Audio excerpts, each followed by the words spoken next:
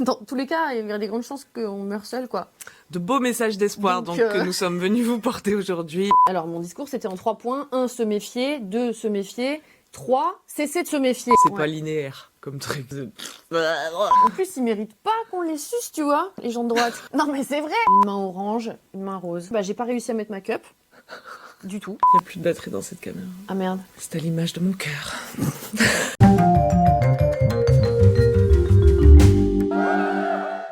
Bonjour à tous et bienvenue dans ce nouveau Courrier du Cœur. Allez-vous mourir seul, épisode 2, en duo avec la formidable Extra Lucie. Rappelez-vous, cet été, dans notre premier Courrier du Cœur, nous avions 2 hommes à disposition pour nous masser. Eh bien, ce n'est absolument plus le cas. Lucie et moi sommes désormais 2 célibatantes épanouies, terriblement seules et rincées par cette vie.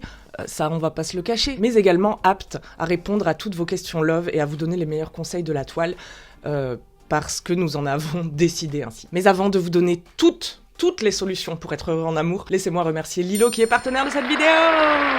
Alors, ils m'ont envoyé... Il est où? Cet anneau pénien. J'adore l'adjectif pénien. On dirait un peu un travail sérieux, tu sais, je suis anneau pénien. Bonjour Camille, service des anneaux péniens. C'est littéralement mon travail de vous parler du Thor 3, le gars a un nom de dieu nordique. Alors à quoi ça sert? Bon, c'est assez instinctif, hein. Laissez-moi vous parler du clitoris. Vous l'ignoriez peut-être, mais toutes les femelles mammifères possèdent un clitoris. Alors, plus ou moins bien placé, selon les espèces, il se trouve que dans un contexte patriarcal qui a érigé la pénétration vaginale en une sorte de culte, je dirais que le clitoris humain est 5 mm trop haut, quoi. C'est dommage. Chez les dauphins, attendez, mais j'ai un tas d'anecdotes. Chez les femelles dauphins, le clitoris est à l'entrée du vagin, genre sur le passage de la tub. Moi, je trouve ça pratique. Et ça garantit donc à la femelle de prendre du plaisir sur le passage du pénis. Voilà, donc avec Thor 3, devenez un dauphin. Il s'agit donc d'un anneau pour couple, nouvelle génération, car il peut se connecter à l'appli Lilo et vous pouvez donc personnaliser votre expérience depuis l'appli. Une appli qui n'enregistre pas vos données personnelles, c'est assez sympa de le noter. Est-ce que j'ai testé? Eh bien non, car malheureusement, je ne possède plus de vie sexuelle et ce depuis bien longtemps déjà. Si vous avez envie de vous amuser avec ça, le lien vers le Thor 3 est dans la description. Merci encore à Lelo d'être partenaire de cette vidéo. Et à présent, let's répondre à toutes vos questions cœur. Allez-vous mourir seul? Aïe, j'ai craqué. La réponse tout de suite. T'es bien installé? Écoute, oui. Je te regarderai pas vu que c'est mon mauvais profil. Ça marche. Et ben voilà. Voilà. Mais on est un peu... Un peu basse, ouais. Attendez, on arrive. C'est vrai qu'on avait des bustes un peu courts. C'est peut-être pour ça qu'on est célibataire. Buste trop court. Buste trop court. Mais je voulais dire quelque chose. Allez-vous mourir seul? Il y a beaucoup de gens qui se mettent en couple ou qui restent en couple parce qu'ils disent qu'ils ont peur de mourir seul. Mais en fait, dans tous les cas, il y a une chance sur 2 que tu meurs seul. Même dans un peu tous les cas, tu meurs seul, quoi. Déjà, bah oui, déjà tu peux mourir à un moment où tu n'es pas avec ton compagnon, dans un escalier, tu vois, ou que sais-je. Et aussi, si ton compagnon meurt avant toi, bah tu vas mourir seul. Enfin, en fait... Bah oui. Dans tous les cas, il y a des grandes chances qu'on meure seul, quoi. De beaux messages d'espoir, donc que nous sommes venus vous porter aujourd'hui. Gardez la foi. Le love fun. On vous a demandé ce matin sur Insta d'envoyer des questions et il y a déjà plein de questions. Alors, qu'est-ce qu'on a? Ah, intéressant. Comment on fait, même si je ne sais pas puisque j'ai vraiment ce problème, comment on fait pour ne pas être jalouse des autres femmes en étant en couple? C'est un problème de jalousie? Ouais. Mais c'est un problème de confiance en soi. Ouais. Allez, question suivante. Pour ne pas être jalouse. Alors déjà, est-ce que ton mec te donne des raisons d'être jalouse? Imaginons, il a rien à se reprocher, il fait tout bien, c'est juste toi t'es jalouse parce que tu manques de confiance en toi. Bah je sais pas. Bah tu travailles sur ta confiance en toi. Bah oui Lucie, c'est évident. Bah oui, mais comment? Bah je sais pas, en allant voir un psy par exemple, en se demandant pourquoi t'as pas confiance en toi alors que t'es super. La peine que tu ressens en voyant quelqu'un qui te rend jaloux, elle est déjà présente chez toi et c'est juste l'objet de la jalousie l'active. Donc je pense qu'il y a quand même un truc à travailler chez toi profondément de pourquoi je me sens menacée en fait. On a été éduqués, nous les femmes, dans une société où les femmes on est éduquées pour être rivales, quoi. C'est une société de manière générale qui encourage la compétition. Ouais. C'est tout un état d'esprit finalement à revoir. Hein. Vous voulez savoir comment régler vos problèmes de cœur? Révolution! La sororité et la compersion. Donc la compersion, c'est l'inverse de la jalousie, c'est se réjouir pour le bonheur des autres. Ça se pratique. Tu pratiques le fait d'être heureux du succès des autres. Par exemple, il y a une femme plus belle que toi ou qui est plus drôle, ce que tu veux. Et ben en fait, il faut pratiquer le fait de s'en réjouir pour elle, sincèrement, tu vois. Et ça déjoue la jalousie. Parce que jaloux, c'est aussi, en fait, finalement, ça veut dire quoi? Être jaloux, ça veut dire que tu n'es pas content que quelqu'un d'autre ait des trucs bien. Ce qui est quand même pas très gentil, tu vois. J'avais entendu l'interview d'un mec qui était en polyamour et qui disait que tous les matins, il faisait une petite méditation pour se concentrer sur la conversion et se rappeler qu'il voulait avoir cette valeur dans sa vie, tu vois, pour ne pas souffrir de la jalousie. C'est dans les deux sens, quoi. Se réjouir et puis te rappeler de ta propre valeur aussi, quoi. Et renforcer ton sentiment d'estime de toi, quoi. J'ai l'impression d'être Edouard Baird. Aussi, on peut voir ce sentiment de jalousie comme une espèce de guide pour nous montrer, en fait, qu'est-ce qu'on veut être dans la vie. On peut aussi s'en servir pour dire « Ah, mais en fait, j'ai envie d'être plus drôle, par exemple. Et alors, bon, faudrait que je développe cet aspect de ma personnalité, parce qu'en fait, j'ai envie d'être ça. ça, tu vois. Ouais, moi c'est ça qui m'a fait sortir de la jalousie quand j'en souffrais, c'est de me dire mais en fait c'est super que cette chose existe, cette personne le possède, ok, pas moi, mais en fait c'est super que ça existe et ça veut dire que moi aussi je peux l'avoir, tu vois. Bah des fois non. Si t'es jalouse d'une fille parce qu'elle a des gros seins, Ouais. si tu pourras t'en faire bon, mettre, mais enfin bon.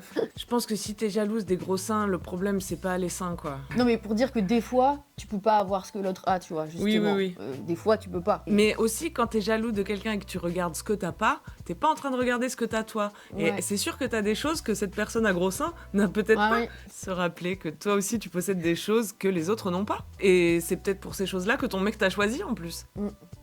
Probablement. Allez, problème réglé.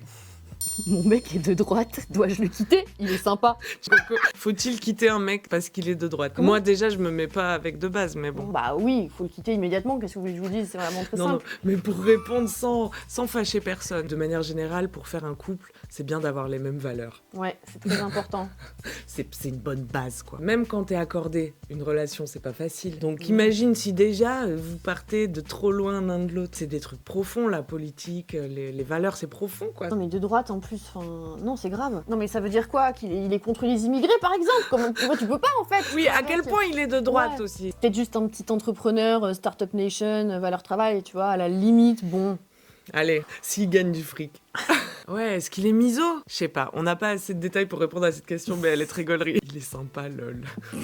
J'imagine que si tu poses la question, c'est qu'il y a des moments où ça te gêne. Donc, grand-mère Feuillage, je te dirais, écoute ton cœur. Ou essaye de le convertir. Bonheur. Oh non, mais flemme, mais la flemme. Ouais, mais si tu l'aimes et qu'il est sympa... Peut-être qu'il y a juste un petit coup de pouce à lui donner. C'est ça. Peut-être qu'une lecture ou deux et peut-être ce sera bon, tu vois. Ouais, mais ne tombons pas non plus dans le truc qui arrive dans beaucoup de relations de « Ah, tout serait si parfait si seulement il était de gauche, si seulement il n'avait pas telle addiction, si seulement il répondait à mes textos, tout serait parfait. » C'est ça en fait, il y a tellement d'hommes. Mais c'est ça, pourquoi s'attarder sur un homme de droite? En plus, ils méritent pas qu'on les suce, tu vois, les gens de droite. Non mais c'est vrai. Donc, Ça me dégoûte de savoir qu'ils jouissent. Les gens de droite, alors qu'ils ont des opinions méchantes. Allez, stop, fin de cette question. Oui, largue-le. Tout de suite. Ah bah tiens, mes yeux tombent là-dessus alors que je suis dans cette situation. Ah, alors intéressant. C'est quoi les tips pour faire son deuil de la relation? Rester sûr de ses choix, c'est pas facile. Pendant une rupture, tu passes par les mêmes stades que le deuil. Tu sais, donc je sais plus quelles sont les étapes. Ouais. Elles s'affichent ici. Mais il doit y avoir la colère, le déni. Il y a cette période où tu es en regret. Ouais. Parce qu'en fait, tu te sens seule et du coup, c'est facile d'aller vers des souvenirs heureux de ton précédent couple et de se dire « Ouais, mais bon, c'est vrai que quand même, il était bien pour ci, ça, sous. » Je recommande de pas dater... En rupture, bah en non, rupture. sûrement pas. Si tu tombes sur des gars pas ouf, ce qui va sûrement arriver, par Ou exemple... juste que tu t'accordes pas comme tu t'accordais avec quelqu'un avec qui tu sais déjà que tu t'accordais puisque vous avez fait une relation. La comparaison va te faire dire « Ah mais putain, j'aurais jamais dû le quitter, finalement, regarde les losers que je me tape maintenant. » Et du coup, pour éviter cet effet-là, eh ben, je pense qu'il faut vraiment ne pas dater pendant plusieurs mois. Puis, de toute façon, une rupture, bon déjà, c'est très dur et il faut prendre le temps et c'est normal que ça soit dur. Et c'est normal de regretter et de passer par des phases un peu bizarres. C'est pas linéaire comme truc. Faut prendre le temps, je pense, de comprendre pourquoi ça a pas marché peut-être, ou de quelles compétences on manquait, qu'est-ce qui a fait qu'on a dû se séparer parce qu'on n'arrivait plus à faire marcher. Moi, ce qui m'aide à me remettre des ruptures, c'est de me mettre dans un mood waouh, tout est possible à présent. Et je m'attends au meilleur. Ça, c'est un mood qui vous sera très utile dans le reste de la vie, hein, s'attendre au meilleur, c'est super. C'est une question de foi et de confiance, quoi. Mais quand t'arrives à toucher ça, à vraiment réaliser, parce que c'est vrai que les possibilités sont infinies et que la vie peut t'amener des choses extraordinaires que t'oses même pas encore imaginer, et ben ça donne un peu d'élan, quoi. Ça te remonte le moral, quand même. Ouais, peut-être regarder les chiffres de la population, quoi. Il y a tellement d'hommes.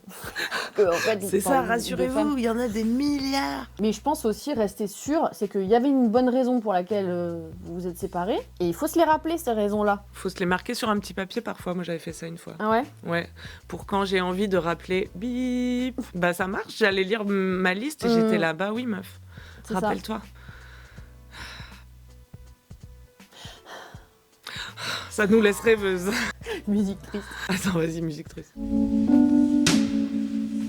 Il y aurait encore plein de conseils. D'ailleurs, nous, on peut pas tout dire dans une vidéo de 15 minutes, mais si vous avez des conseils à donner aux gens qui nous ont écrit, n'hésitez pas en commentaire. Il faut beaucoup s'occuper de soi, on l'a pas dit, mais c'est quand même la clé pour se remettre d'une rupture. De pas être trop dur avec soi-même si on est triste. Allez, bonne chance. Putain, Lucie, ça te concerne encore. Quoi ? Ça nous a toutes concernées d'un côté ou de l'autre de la barrière. Comment vous aideriez une pote qui est embourbée dans une relation pas très saine ? C'est terrible. Alors moi, je donne le point de vue de quelqu'un qui a souvent été embourbé dans des relations pas très saines. Ça me donne au moins l'avantage de pouvoir vous fournir un feedback. Alors, qu'est-ce que t'attends de tes amis, en fait ? C'est ça, et en fait, c'est compliqué parce que je voyais bien que mes amis étaient désespérés pour moi, tu vois, de me voir y retourner à chaque fois et tout. Genre, ils peuvent pas t'aider, ils peuvent pas vraiment t'en sortir puisque c'est un truc psychologique qui t'appartient, enfin voilà. Enfin, moi, j'ai eu des amis qui ont été durs avec moi, ça me renfermait encore plus sur la relation. Je me sentais seule, en fait. Ils m'engueulaient, en fait, et moi, j'étais là, oui, mais c'est plus fort que moi. Bah oui, non, mais ça, c'est n'importe quoi. Allez voir ma vidéo sur l'amitié. Il faut jamais essayer de sauver quelqu'un ou contre son gré ou de lui donner des conseils non sollicités. Quand vraiment ça va pas, si la personne est aveugle à une situation, est-ce qu'on n'a pas le devoir de lui pointer du doigt au moins que ça, c'est bizarre ? Bah franchement, oui, mais je pense que la priorité, c'est de garder la relation de confiance avec ton amie pour que le jour où ton amie, elle voudra quitter finalement cette relation toxique, elle sache qu'elle peut se tourner vers toi parce que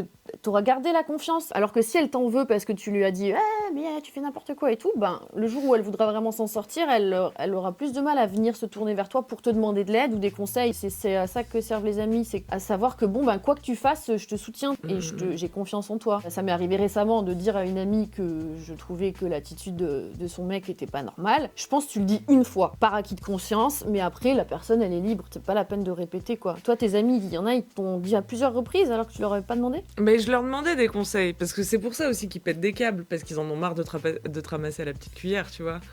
Parce qu'ils t'aiment, ouais, c'est ça. Tu vois, et ça part d'une bonne intention. Et ils en ont marre de te voir mal, alors que de leur point de vue, la situation est simple. La solution serait simple. La solution serait d'arrêter la relation. Donc eux, ils sont là, mais je comprends pas, ça a l'air si simple, pourquoi elle le fait pas ? Parce que je suis toc-toc. Et je me soigne maintenant. Donc, comment aider une amie embourbée dans une relation ? Donc, en gardant la confiance. En étant là pour elle, quoi qu'il, quoi. Mais c'est pas en essayant de la tirer, ça va faire élastique. Ouais. Je fais bien l'élastique. Ouais, t'as fait un bon bruit. Soyez pas jugeant en tout cas, parce que vous savez pas, peut-être ça a l'air simple de l'extérieur, mais comme dire à quelqu'un arrête de fumer. Ah bah oui, j'y avais pas pensé, tiens. Tous les conseils que vous donnerez à quelqu'un, il y aura déjà pensé. C'est sa vie, c'est sa situation, il a déjà passé en revue toutes les possibilités en fait. Et s'il décide de pas le faire à un moment donné, c'est que t'y arrives pas, c'est que t'es pas prête, c'est pas que tu sais pas. Ou même si elle sait pas, mais de toute façon, t'as besoin de parvenir à la conclusion par toi-même. Il y a que les enfants qu'on peut sauver d'eux-mêmes, tu vois, ou empêcher de faire des choses ou quoi. Mais tous les autres, c'est des adultes, ils font leur vie quoi. Faut accepter que les gens fassent pas forcément ce que vous voudriez qu'ils fassent. Le manque de créativité et de passion de mon mec peut-il devenir un problème ? Je suis artiste. Est-ce que c'est pas déjà un problème pour toi finalement ? Est-ce que tu es prête à l'aimer pour ce qu'il est finalement ? C'est la question. Les gens peuvent être différents et rester en couple. Elle dit qu'elle est artiste, tu peux très bien être avec un sportif. Manquer de passion, qu'est-ce que ça veut dire ? Est-ce qu'il est vraiment déprimé ou est-ce que juste il aime bien sa petite vie plan-plan à la maison ? De quoi toi t'as besoin en fait dans une relation ? Est-ce que t'as besoin de quelqu'un créatif et passionné ou pas ? Mais bon, après, l'amour, c'est pas non plus le supermarché que tombe sur quelqu'un qu'on aime et on l'aime et après, on n'est pas là à dire oui, mais moi j'en voulais un Sagittaire. J'ai vu une interview très cool d'un philosophe qui parle des rencontres. Il disait, imaginez, on dit, il y a un test avec 2000 critères. Toutes les personnes remplissent les 2000 critères et après on vous dit, voilà la personne qui a rempli les 2000 mêmes critères que vous. Et il dit, elle est où la rencontre là-dedans ? Il est où l'étonnement ? Le fait d'être surpris justement, d'aimer quelque chose qu'on connaissait pas, qu'on n'imaginait pas. C'est ça une vraie rencontre. En plus, les gens ils changent, tu vois. Imaginons tu restes 20 ans avec quelqu'un, tu aimes la personne au-delà de ses changements. T'aurais pu le rencontrer, il serait passionné, puis avec le temps, il serait devenu plan-plan. L'amour, c'est pas cocher des cases, quoi. Bon. Voilou. Nous, on est toujours célibataires, hein, donc faut pas non plus attendre des miracles. Faut pas non plus nous croire, hein. Sauf si votre but est d'être célibataire. Dans ce cas-là, suivez tous nos conseils. Alors attends, il y a une question qui est vraiment pour Watt. Je crois même que t'as fait une vidéo entière à ce sujet. Donc... Parfait. Comme ça, j'aurais pas besoin de réfléchir. Genre, je déteste ça. Comment être féministe et en couple hétérosexuel ? Vous avez 4 heures, précise Romane. Écoute, justement, en ce moment, je suis perdue par rapport à ça. J'ai une part de moi qui a envie d'arrêter d'avoir des opinions. Tout court. Parce qu'au début, c'était quoi ton discours ? Alors, mon discours, c'était en 3 points. 1, se méfier. 2, se méfier. 3, cesser de se méfier, être dans l'amour et en gros à partir du moment où t'as décidé, parce que t'as eu suffisamment de preuves pendant assez longtemps que c'était quand même un bon gars, tu vois, même s'il est pas parfait parce que personne n'est parfait, et qu'il a grandi dans une société patriarcale, donc c'est sûr qu'il y aura des trucs empreints de patriarcat, mais une fois que t'as décidé, ok quand même malgré tout c'est un bon gars, je pense faut enlever ses lunettes de féministe, parce que sinon tu vas être trop énervé quoi, tout le temps. Ouais bah non mais je sais pas, moi j'ai pas réussi de toute façon.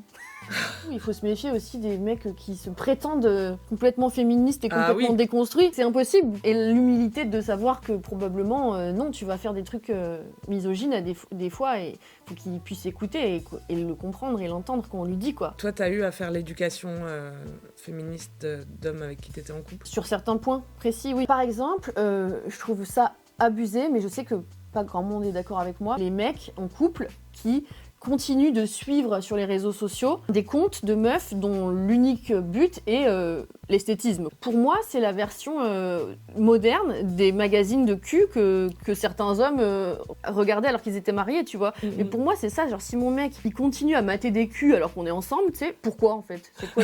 Quel est ton but? On a beaucoup parlé avec mon dernier mec, on a beaucoup parlé de ce sujet-là, ce que j'appelle l'aphrodisme et de la sexualisation des femmes, de l'objectification. L'aphrodisme, aphrodisme, c'est l'oppression basée sur le physique. Enfin, c'est l'oppression basée, sur la beauté ou la mocheté. Ils se rendent pas forcément compte, les hommes, je pense, que ça nous met la pression, tu vois. Genre, si tu suis que des comptes de mannequins, j'en connais plein des mecs comme ça. Par curiosité, franchement, faites-le, c'est rigolo. Des fois, je vais regarder quels comptes suivent les mecs de mes amis. Et il y en a certains, ils suivent que des biatchs ou que des je sais pas, des anciennes Miss France ou des... Mais enfin, les seules femmes qui suivent, c'est des femmes sexualisées. Exactement. C'est ça le problème. C'est pas un problème d'être une biatch en soi. Si tu suis principalement ça, que ça, et pas de femmes grosses ou racisées. Ou qui parlent de choses qui ne sont pas juste leur corps. Exactement. Mais ça va pas du tout, en fait. C'est un gros problème. C'est comme si, je sais pas, comme si t'avais des posters de meufs ultra bonnes à tes murs, en fait, et que moi, je suis là, ta meuf. Bah ouais, moi, j'ai pas de sein. Dommage. Apparemment, t'as l'air de bien aimer ça, mais ça va, ça me met pas du tout la pression, tu sais. Si vous voulez être féministe et hétérosexuel, choisissez des hommes qui déjà considèrent les femmes comme des personnes. Ouais. Excellent début. Mais ceci dit, bon courage, quoi. Pour les trouver? Ouais, pour être féministe et hétéro, c'est pas facile. C'est vrai. Il y a plus de batterie dans cette caméra. Ah merde. C'est à l'image de mon cœur. Alors, question suivante.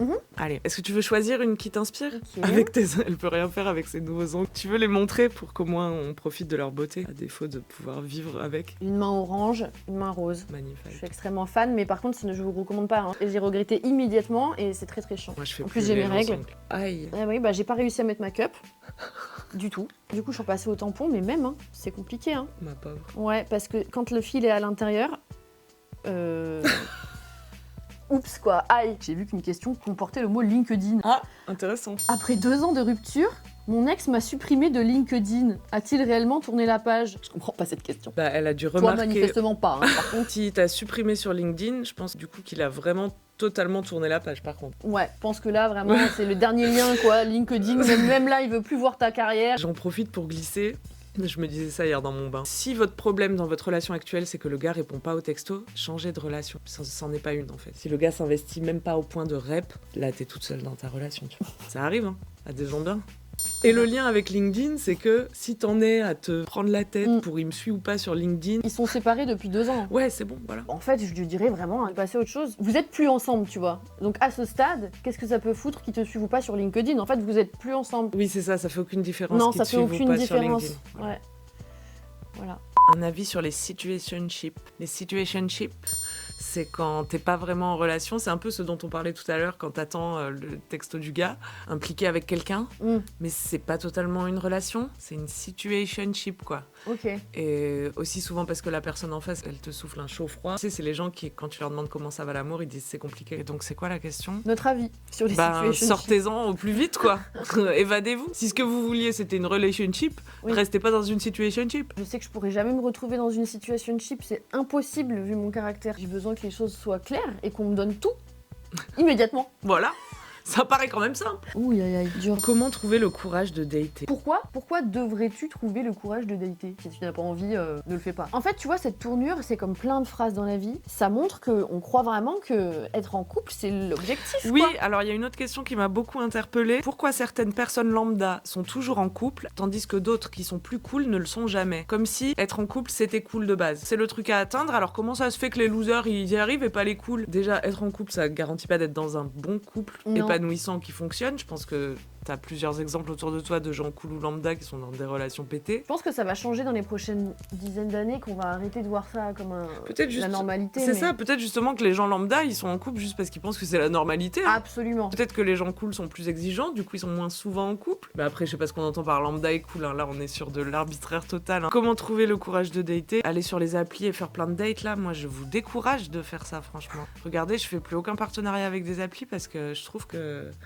En fait, c'est pas chouette. Je veux pas diaboliser les applications de rencontres, mais faut quand même faire gaffe de toi, l'endroit d'où tu pars dans cette démarche, quoi. Mais si ce qui lui manque à cette personne, c'est un peu de confiance en elle pour se présenter à un rendez-vous... Bah, dis-toi que t'es super. Tout simplement. Nous, on te le dit. Dater, c'est hyper stressant. J'ai fait un date une fois, là. Je me suis levée le matin. Bah, c'était mon dernier partenariat avec une appli. Je me suis levée le matin, j'ai cherché un date sur l'appli et le soir, je suis allée faire le date. Mais j'ai passé une journée d'angoisse. Les dates, c'est très angoissant, en fait. À l'impossible, nul n'est tenu. C'est particulièrement dur. Parce qu'en fait, dans la vraie vie, tu te connais avant de dater. Là, tu sors de nulle part. Tu sors de nulle part, tu découvres l'autre. Enfin, genre, littéralement, tu vas voir le regard de l'autre qui te voit pour la première fois. Ouais, et toi, en plus, tu y vas avec un but que ça aboutisse à plus ou moins quelque chose quand même. Et puis, je pense que ça donne trop l'impression aussi que le choix est infini. Ouais, les gens perdent de leur valeur quand on swipe des centaines. Je pense. Hein. Pouvoir mettre l'énergie qu'il faudrait dans une seule rencontre vraie, déjà. L'autre jour, je lisais sur Instagram une dame qui disait un truc que j'ai trouvé hyper juste. C'est une femme qui souffre